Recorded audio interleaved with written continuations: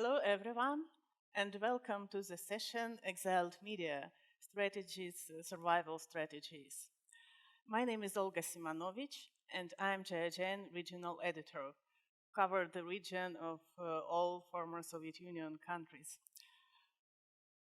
And here I am moderating this session. The recent rise of autocratic regimes has ballooned the number of independent newsrooms forced to report from exile. These watchdogs in exile have shown enterprise and innovation in providing critical news to their societies, to their countries. But good journalism is not enough in this situation. It's a hard task enough to report from your home country, but how to do exiled media survive in foreign land? What are their survival strategies to run a newsroom and pay a staff? Listen to hard-won advice of our guests from leading watchdogs newsroom in exile, from Bangladesh, Russia, and Venezuela. Before giving the floor to our brilliant speakers, I want to introduce them shortly. Tasnim Khalil is a Swedish-based journalist, Bangladeshi journalist, the editor-in-chief of Netra News. Polina Mahold is a publisher managing the financial and technical aspects of a Russian investigative media project, The Project. And Joseph Polishchuk is the co-founder and co-editor of Armanda Info, the only outlet dedicated exclusively to investigative journalism in Venezuela. Please, Tasnim, the floor is yours. Tell us about your experience, how to move your newsroom in a new country. Hi.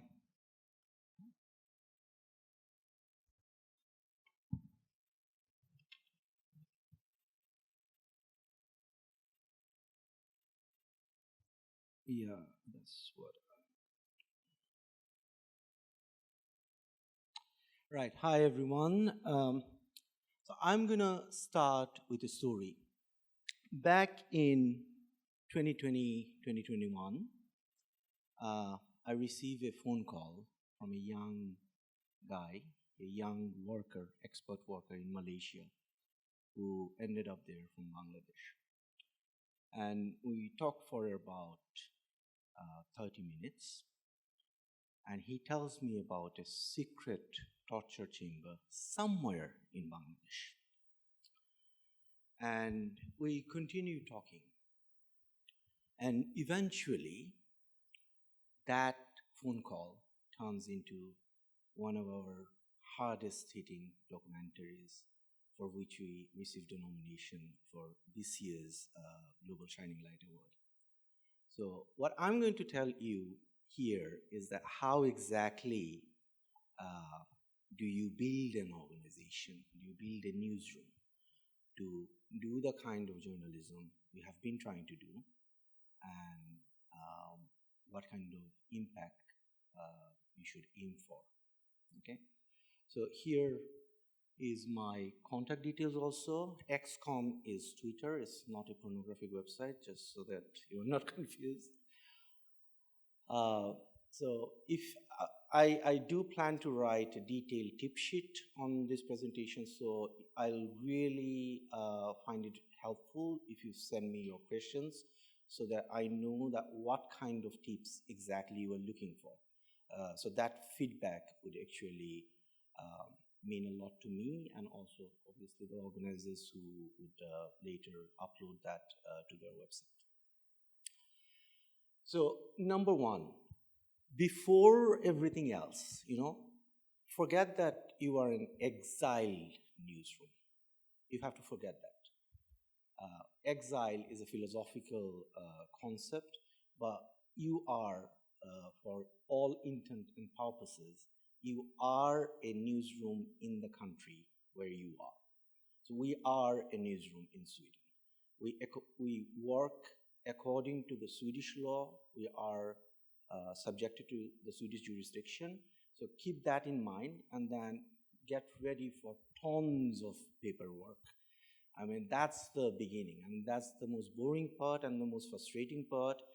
Who knew, like, us as a non-profit organization, which in Swedish is called Ideella Förening, getting a bank account was a nightmare. So, like, prepare that well in advance to have, like, tons of paperwork. Yesterday, I was at a panel about investigative journalism to save democracy. And the moderator asked one of the three of the panelists that what are the three things that are needed for investigative journalism that can save democracy. And the esteemed panelists, they're very eloquent. Some said honor, some said legal protection, so on and so forth, which all are important. But in my view, the three things that keeps me awake at night as the editor-in-chief or publisher of Netro News is man, money, and machine. Women also, but that's another story. So you have to have a gender-balanced editorial team, and you need to have different skill sets in the team. That's very, very essential. And from our experience, we find that you need to share, I mean, all your colleagues, all your team, all your organization members actually need to share the editorial vision and editorial mission of the organization. Otherwise, I mean, there are hiccups and there are problems that you like find really frustrating. So from the very beginning, try to, like have everyone on board. Okay. And then there are lots of, I'm not going to read through the list, but if there is one thing you should take from this slide is that you must have a managing editor who will be in charge of all these things. Otherwise, it proves to be a nightmare. In our case, I mean, I wish someone told me these things before we started our organization. You need to have a managing editor position who will take care of, the team, the funding bit of it. You need sponsors, you need funders. Usually, the usual monetization processes and formulas don't work for, investigative newsroom like ours. Luckily, we have a very powerful partner in National Endowment for Democracy who are funding us right now. So you have to have those kind of infrastructure set in. And then here's another story. So we launched in 2019 in December, 26th December, Christmas Day or Christmas night. And within hours of our launch, which the story I'll tell you later, we get a takedown notice from Facebook. Someone, you could imagine it would be hackers or cyber attackers working for Bangladesh government, had sent a fraudulent copyright takedown notice to Facebook. And Facebook actually took us down, our page down. And Christmas night, we really don't know what to do. And that's when I make a phone call, phone a friend, who is one of the top cybersecurity experts in the US, Kerry Warner. He intervenes on our behalf to Facebook, and we get back our page within 6 hours. That kind of situations you are always, always, always going to come across. So it is very important to have good friends, powerful friends, and talk to people. People are, in general, very nice. Another thing is, this is something I have, I always struggle with my deputy editor, because he's a young man who's extremely ambitious and he wants to do like really great things, designs, softwares from the ground up. But You actually don't have the deep pocket of of a Washington Post or SVTA, right? So you need to find things you can reuse. You need to find, video templates, music collections. You cannot actually go and you don't have the budget to do things from scratch. So try to research what are your options. I know that there is a panel tomorrow about exiled media and toolkits that are available already, and I am very much looking forward to that session where the panelists will be discussing this. So this is very important that you try to not reinvent the wheel. And people have already gone through the kind of frustrating situations you have been through. So, don't do that. One example I'd like to give is that adopt the code of conduct, the editorial code of conduct of the journalists union or the media union in your country. For example, in our case, it's Sweden. Everyone follows that because that works, right? So you don't have to write your own or from the scratch. So there is this adage which is, I think it's very wrongly attributed to lots of people. We really don't know who said it and when. So journalism is publishing what someone somewhere does not want published. Everything else is public relations, right? And in your case, if you are an exiled newsroom, the adversary, that someone, is a nation state with huge resources. And they will come after you and your sources and the talents you talk to and the people who work with you. So you have to, I know Paulina is going to detail the security aspect of it very much. She is the expert. I'll just mention a few, censorship busting. Our website, for example, remains blocked in Bangladesh. So we use a Google Cloud mirror server to distribute our content to Bangladeshi audience. And if Bangladesh government wants to block it, they have to block a large part of Google's infrastructure in the country, including YouTube. So they don't do it. Another thing I mentioned, you should always talk to Facebook, Instagram, Google, and Twitter to get this whitelisting on their platforms, because that kind of cyber attacks, fake copyright notices will be sent to you. So, do that before you have to ruin your Christmas evening. Okay? There are really, really good organizations out there. Citizen Lab is one, Access Now is one, and Curium, which is a Sweden-based organization. The idea of our mirror actually we borrowed from them, stole from them actually. There will be lots of propaganda. This is extremely, extremely important. There will be lots of propaganda, lots of bullying. In Bangladesh, some of the TV channels actually run hour-long documentaries on us, right? Investigations about how Netro News is actually part of a grand global conspiracy against Bangladesh.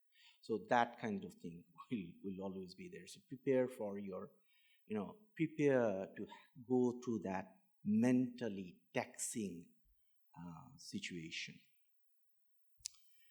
Now, whatever you are doing as an exile media organization, you are not really looking for quantity. You are not really looking for millions and trillions of page views and video accounts or whatever. You are looking for impact, right? And this is a David versus Goliath story, right? The biblical story, which has some secular underpinnings also. You are David, and the investigative newsroom is your slingshot. You have to use it very, very carefully and very, very smartly. You have to aim for the forehead so that you get them down on this first shot. It's political jujutsu in a way, because you actually are using your adversary's power, redirecting it, and trying to amplify your impact. And here I'm going to give you an example. This is the first story we launched. This was in December 2019. It's a very fun story to do. We actually looked at the luxury watch collection of one of the most powerful ministers in Bangladesh. And definitely that made them really, really angry, right? So what do?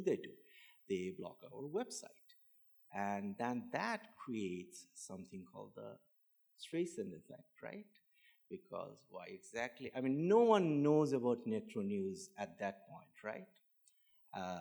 And so the next, I think in less than a week later, we have our first citation in Al Jazeera, including other news organizations.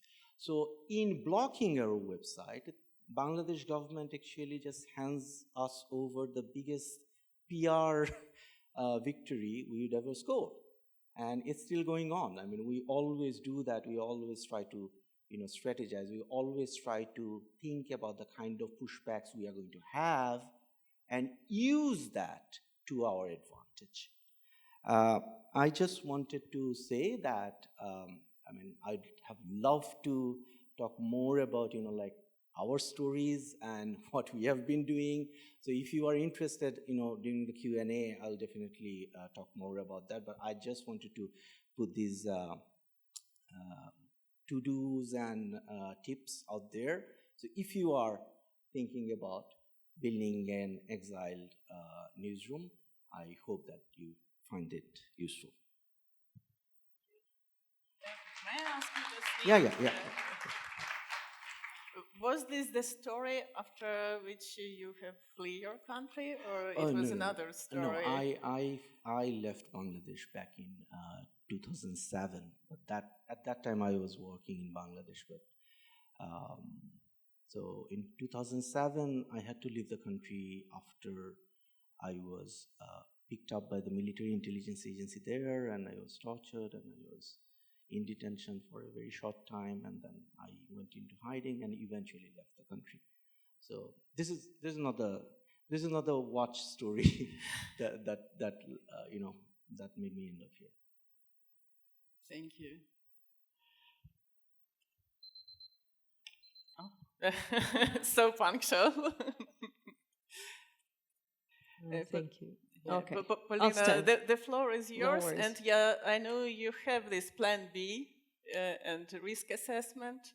Oh, yes. And tell us, please, how it worked in real life. Sure. To start, let me ask you, who is considering themselves journalists in exile right now? Can you raise your hand, please? Perfect. Okay, you came to hear about yourself. Fine. Who is on the verge of becoming an exile? How do you think? In red risk zone area? All right. Who's everybody else? Okay. I think Anna, but she's busy. Okay, but she was interested. Okay, I will talk about us and how we became an exile, because it's recent, more or less, recent events, and I'll try to keep it short so we can have more time for questions and answers, because I think every media in its country is different and circumstances are completely different. I will give broad tips and tricks that I've learned, and then we will elaborate on it on Q&A session. So we were founded in 2018, and we were specifically targeting the investigative journalism in Russia. We did this. It's we investigated Prigozhin recently. Well, not to say bad about people who passed away. Okay, Kadyrov, the leader of Chechnya Republic. We also made a bunch of investigations, and still doing them, of course, about Putin, his money, his family. We discovered his hidden children, and it's a crazy thing. And of course, with a full-scale invasion to Ukraine, most of our attention comes to who finances the war, people who are leading the army on the Ukrainian front, and stuff like this. So in 2021, in the summer, our story of exile began. We were preparing to release an investigation about the Minister of Internal Affairs, who is in charge of police. And before we published this investigation, at dawn, police raided 3 houses of 3 of our journalists, and it was a clear sign that we need to leave.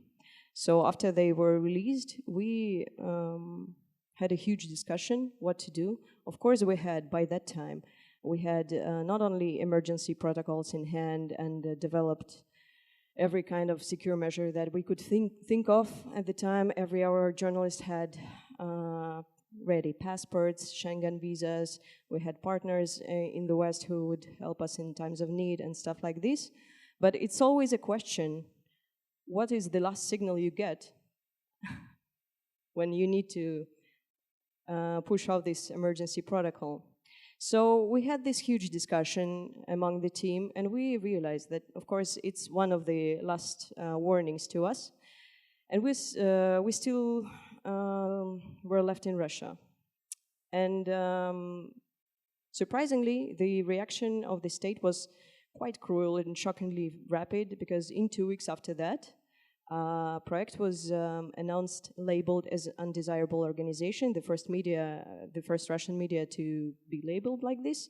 And due to Russian legislation, that means that if you are working with Project or even citing Project, you could be a subject of fines and criminal prosecution.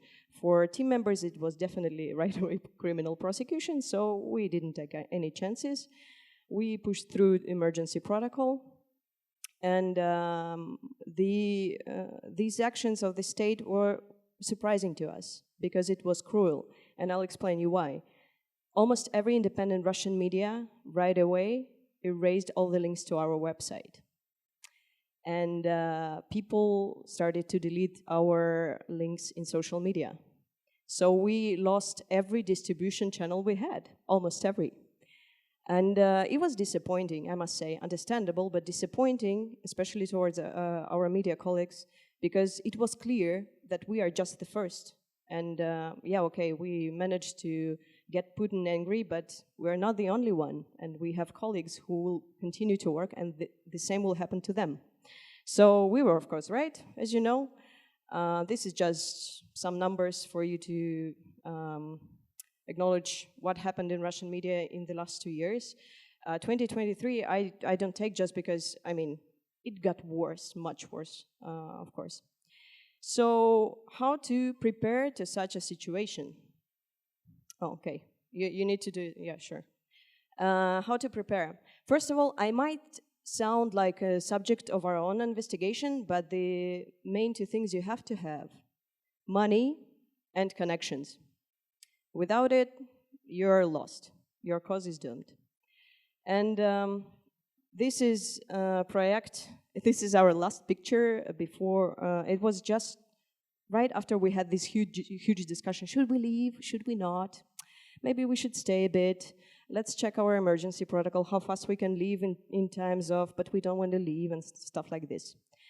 And when we were labeled as an undesirable organization, of course, first we moved out of the country the most public figures, the most renowned journalists. We immediately shut down the legal entity that was labeled as an undesirable organization. We unlocked the emergency fund and started to help our journalists to settle down in the new countries. We immediately cut off the crowdfunding and donations, because everyone in Russia who donated us, since the labeling us, were kind of in a risk of becoming subject to criminal prosecutions. We, of course, reached out for help to our partners, and this is one of the most crucial thing to do, because they have resources, they have capacity, and when I'm saying money and connections, these basically, well, You can get it from partners, and we are really grateful for their help. Without them, I mean, we wouldn't exist. We also set an office in a new location. I think it was like 1 or 2 months into our exile. We should do it faster, definitely. And of course, the next step is to breathe and think to do next. Now, this is a bit of a toolkit. What is drawn from my own experience? First of all, security is #1 priority. And even if you don't consider yourself at a risk of being in exile, you should have one. Emergency protocol, you should have one. And you should consider any type of risks, financial, physical, digital, legal, whatever. You should have it, and you should update it once in a while. The thing is, bad people exist everywhere. It's not necessarily the state. If bad people wouldn't exist, you would be out of a job, right? So I urge you to have one, at least basic one, on which you can elaborate. Talk to digital security experts. Talk to your partners, your donors. They have the whole infrastructure, templates. They can help you with this. Or reach out to your colleagues. You can connect it right here. Use this wonderful event thoughtfully.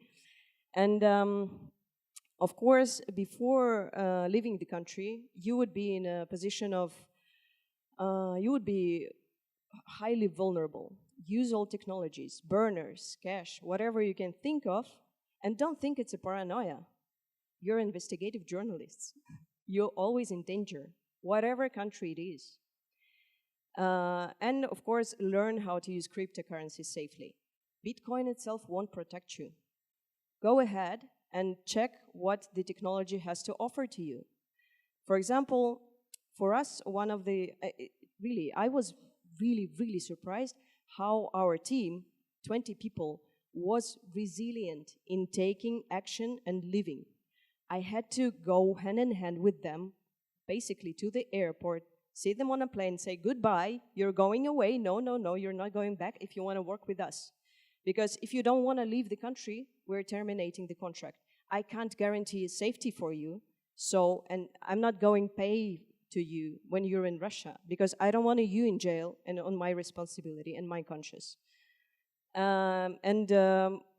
Surprisingly to me, many people stayed in Russia. So we ended up half team, I guess. So I moved less people than I expected. And what came next? Of course, the full-scale invasion and stuff like this. It got worse, and of course, we still don't have any staff in Russia, only freelancers. And cryptocurrency, you need to pay people for the work, especially when they're in danger. Cryptocurrency itself doesn't provide it to you. You need to think of a financial service that could be anonymized, the service that would have several air gaps between you and the freelancer you're paying to. If you want to know more about it, I'm glad to explain it to you afterwards, because it's crucial and many people are in danger even if you think it's safe. You need to be bulletproof safe. And of course, there is also audience, your partners, your families, who are still connected to you and who is still in the country or around. And their safety is also your task. You need to think about it. For example, in our case, as I said, we shut down crowdfunding immediately just because any person who is thinking of themselves as a Superman, and no, I'm still gonna pay you because you're doing great work. No, they go in jail, and it's on your conscience that you did not think of them and their vulnerability. Also, your teammates, they need to feel safe.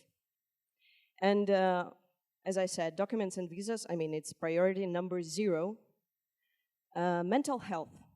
Many of Russian media who left since summer 2021, and well, I think almost everybody left by now, they don't pay attention to these things because they have money issues, housing issues, office settling, whatever.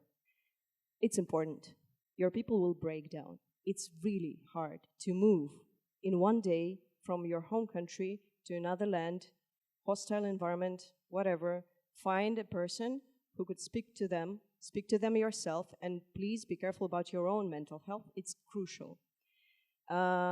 Keep your people close to each other. If you can set an office early, it's the best way so people can talk to each other. If you can place them to the housing with each other, it's better for you because they will develop it inside themselves, expertise on the neighborhood, where to get best bagel, or they will have a regular breakfast with each other and talk to each other. It's very important. And of course, when planning emergency fund, and you should have one, put there some extra money that would help your authors and journalists to settle down in a new place. And the last but not least, you should be able to continue operating because nothing ruins the morale like low mode, like low spirits. You should keep the routine. You should think ahead of it. How will you continue? Maybe you will release less investigations on news, but you should keep doing that. For many of your contacts, you should seem like you're in the country still. So don't forget about extra SIMs when you're leaving the country. And of course, one of the most important, if you have a possibility of asking money from your audience without them being at risk, do that, because it will show you how much of support you have. Usually, in Russia at least, when somebody is blocked or labeled as foreign agent or undesirable organization or in jail or raided by police, people will respond with money. They cannot speak out loud, but they will respond with money, and you will see how much support do you have. And this is really impactful. It does provide support for you mentally and financially, which is, I mean, in times of crisis, is precious. And I would like to end on the bright note. You now have less to lose. Be bold and use that. It's really so. I mean, it's frustrating for 1, 2, 3 years, but you're in a better position in terms of you're not losing your home country once again. So, use it. Thank you.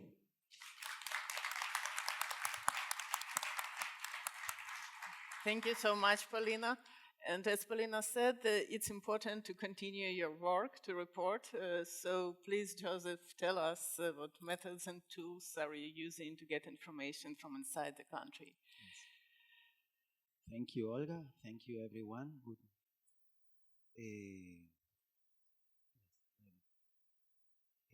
Yes.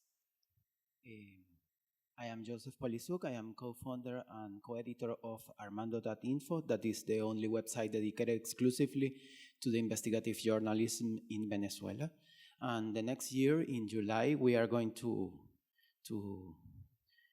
have 10 years.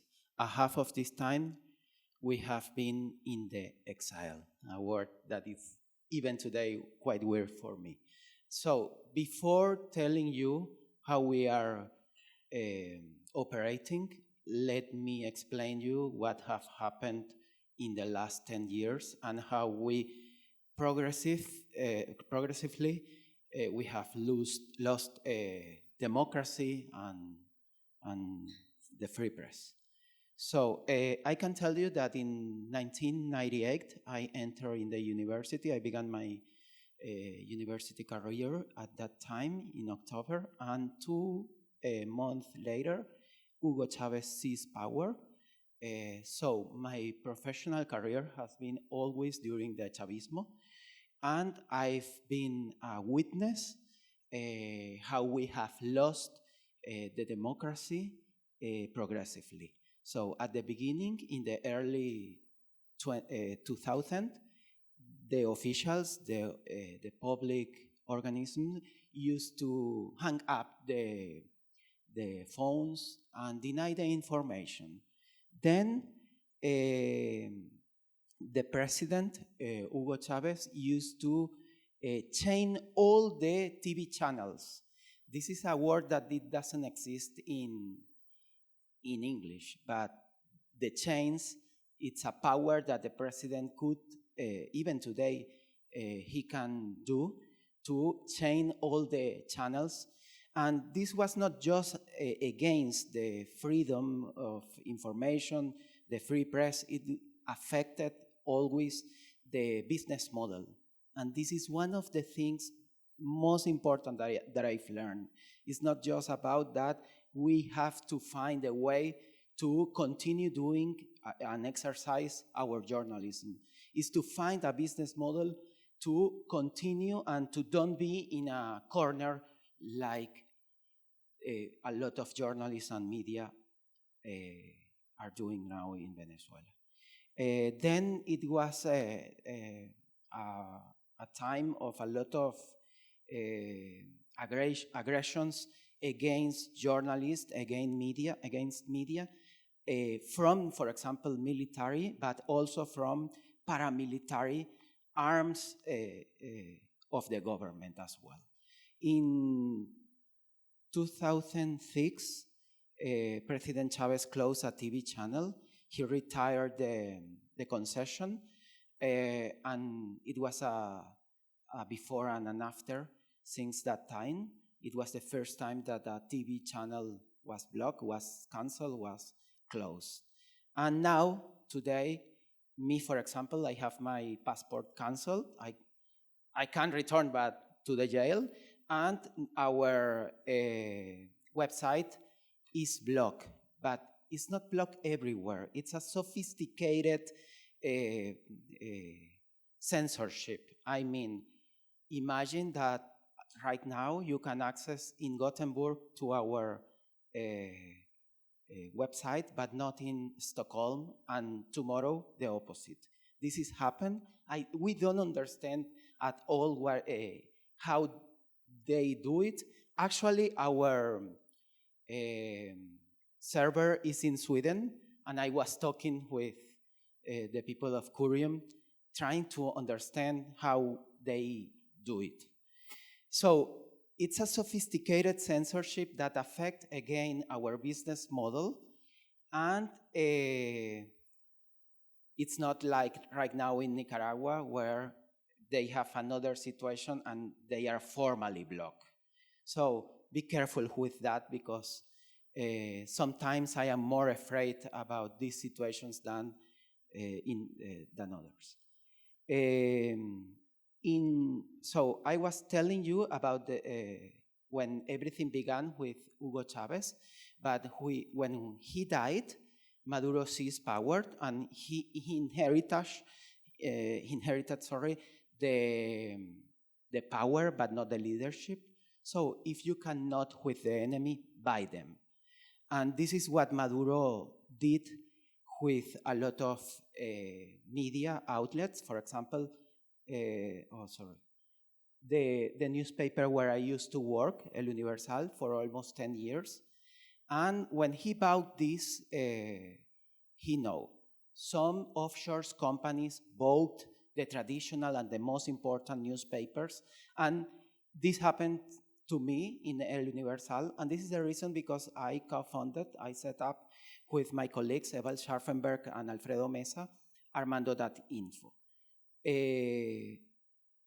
So in that time, some colleagues began to set up some media outlets. And this is a phenomenon that El País of Spain called the spring of the digital media in Venezuela. This period, I can tell you that you can find brave professionals at that time, but at the same time, it's not enough. It's not enough to be brave. You have to understand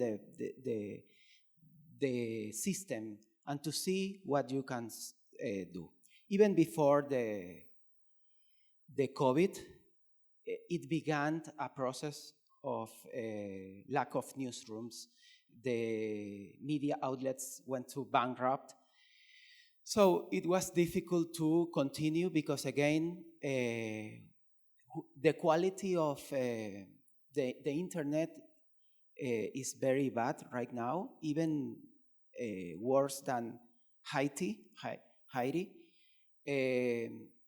So you can do your work, but we are blocked sometimes, so it's difficult to establish. We don't have loss of to access to the information, and again, it is difficult to sustain a business model. And there is also a phenomenon in that kind of periods, in that time. A lot of journalists do what we call partisan journalists. They take party and they think that they need to defend. Some of the journalists in Venezuela have confused, I think, the profession, and sometimes they are more activist. So be careful with that. These are the characteristics of the spring of the digital media. So during that time, again, we established Armando.info. We are going to have 10 years the next July. And since that time, we have published more than 700 reports, mainly about human rights and money laundering. One of our editorial line is to investigate who is behind this system, this kleptocracy. And there is a special case because we were forced to go out. It's the case of the official food program of the government.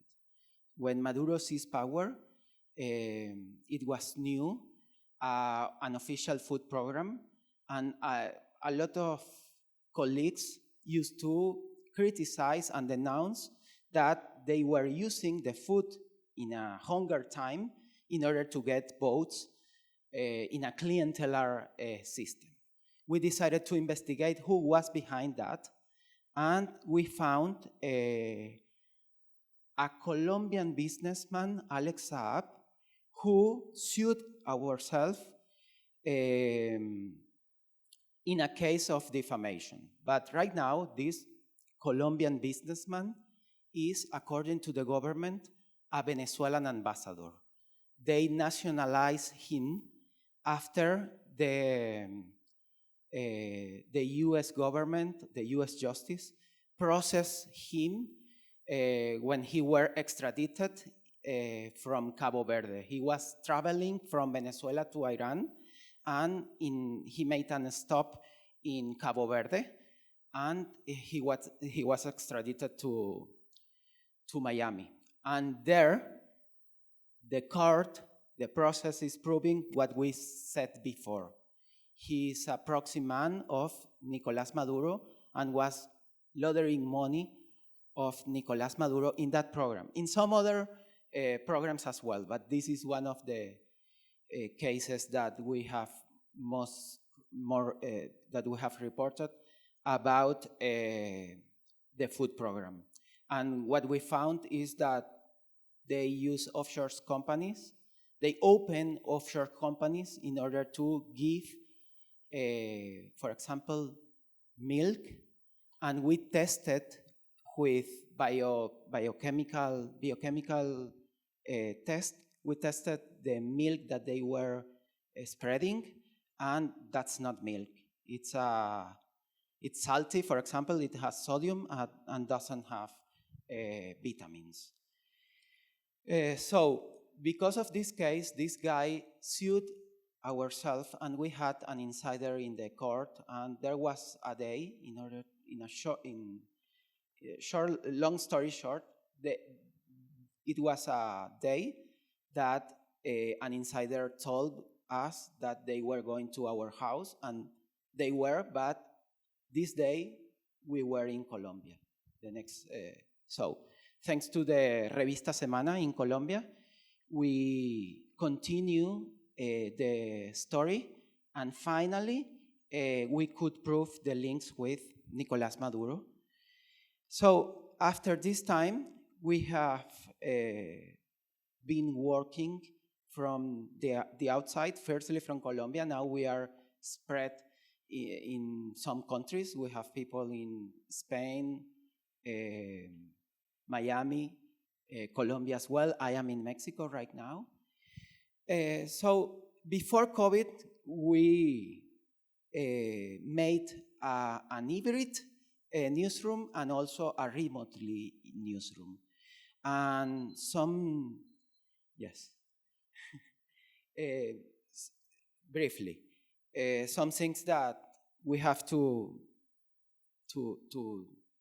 do, ensure the safety of our journalists and staff, of course, be careful having protocols in order to go out. We still have people inside, so this is important for us, the security, of course. It's very important to maintain an internal communication. Maybe it sounds, this is, of course, you know that, but I think that at the beginning we didn't understand that. And even in the same country, that's very important, more than if we are spread everywhere. Venezuela has 7 million of people outside, so it's difficult to find good professionals and to sustain their operation, their work. This is very important in order to find it, to do a good journalism. And the sustainability of the organization, it's a challenge for us. And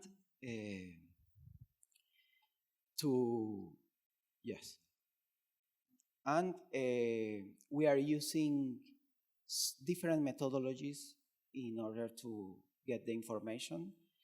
Traditional journalism is not going to die even from the exile. We have good sources inside and outside. And there are widows of the power, what we say that in Spanish, viudas del poder, that are important. Technology, we are using data journalism, artificial intelligence, and yes, that's it. Thank you.